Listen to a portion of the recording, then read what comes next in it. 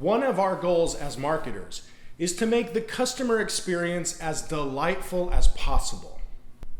We interact with our customers in a variety of ways and at various times. We want to make sure that these interactions are meaningful, entertaining, persuasive, and overall positive. Identifying and optimizing the customer journey helps us create a better experience, which will lead to higher conversion rates, higher sales, and increased loyalty and retention. What exactly is the customer journey? The customer journey is a process or set of steps of all the interactions that the customer has with your brands and products. Defining the customer journey helps you identify all the interactions and touch points that you have with the customer. The goal is to make the journey as easy and as inviting as possible. Typically, the customer journey is represented by a table or a visual map.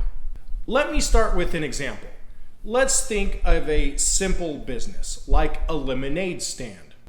The customer, represented by this car, goes through a few different steps. First, they see a sign that lets them know that there's a lemonade stand ahead.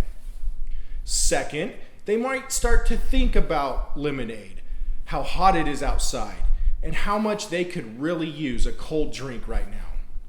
Third, they get to the lemonade stand.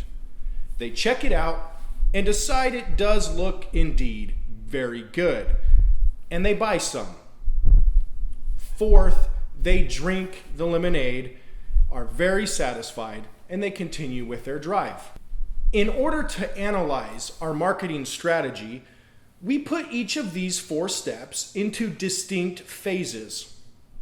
We will use the phases that are commonly found in a marketing funnel: awareness, consideration, decision, and use. The next thing we'll do is to identify the interactions or touch points that we have with the customer during each phase. In the awareness phase, our touch point is the road sign. In the decision phase, our touch point is the lemonade stand itself.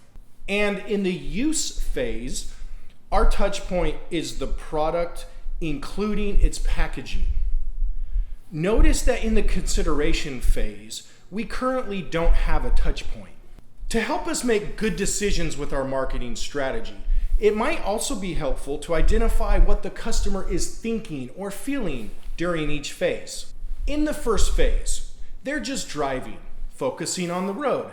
Once they see that sign, they enter into the consideration phase. They start to realize how hot it is and how thirsty they might be. They also start to do a bit of value calculation as they anticipate the cost.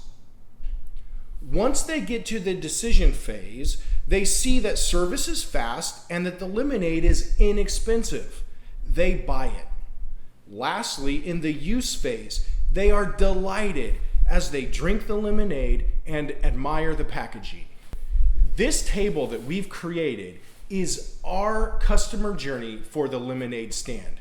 It is simple but useful. Now that we've created our customer journey map, we can see all the touch points of our customer journey. It lets us optimize the journey as we look to refine our marketing strategy. Now we can see that questions naturally emerge as we examine each phase. Should we advertise on social media to increase awareness instead of just relying on a road sign? Instead of just one sign, should we have a series of signs to help them along in the consideration phase? To help them in the decision phase, should we offer extras like multiple flavors or cup holder for the car? After they use our product, can we bring them back in if we offer a coupon for next time? Hopefully that example shows you how simple but useful building a customer journey map can be. Let's take a closer look at customer journeys. Before we dig into all the elements of the customer journey, let's examine a few key rules. First, Your journey should focus on your persona. If you don't know what a persona is, watch my video on personas and target audience. Second, there is no standard format for a customer journey. You create whatever makes sense for your product and your customer. And third, keep it simple. Only put information in the journey that matters to your marketing decisions. In its simplest form, a customer journey can be phases and touch points.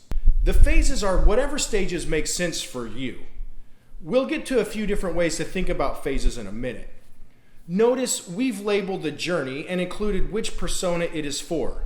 You may have a different journey for each persona that you've created. If we want to get a little more detailed, the next thing to add would be customer states. I've created rows for customer thoughts and feelings and their actions. Many marketers use a think, feel, do framework, where they specify what a customer thinks, feels, and does during each stage of the journey. You may also want to include outside influences and things that we want to change through our marketing efforts. Depending on your marketing strategy, you could have many more rows of different information included in your customer journey. Let's look at some typical phases. The most common phase categories come from the marketing funnel. These are what I used for the lemonade stand example of a customer journey. If you're building a customer journey for a dining experience, you might want to create phases for each step. The parking lot, the waiting room, being seated at the table, and so forth until they leave the restaurant. It might also make sense for the journey to mirror a person's daily routine through the morning until the evening. This would allow you to identify all the times throughout the day that you could interact with your customer. If you're building a customer journey for a B2B environment, you might use phases that coincide with the typical bid process. Research, compare, requesting a quote, getting presentations, and finally moving to the contract stage. You might have a mix of these or completely different ones, depending on what makes sense for you and your customer. After identifying phases, typically the next thing we do is identify our touch points. These can be touch points that you already have, or these can be touch points that you need to develop for your customer. In digital marketing, there are a gazillion possible touch points, but here are some of the most common types. Search engines like Google or YouTube, display ads and retargeting, social media, email, various types of content like reports, videos, ebooks, etc., and the world of mobile devices and apps. Customer information will really help bring your journey to life. Knowing what the customer thinks, feels, and does will help you identify the best touch point, messaging, and positioning for each phase. Now you know the basics of creating a customer journey. Since customer journeys can vary so widely from one company to another, let's go over a few examples. You can get more details on these examples on HubSpot.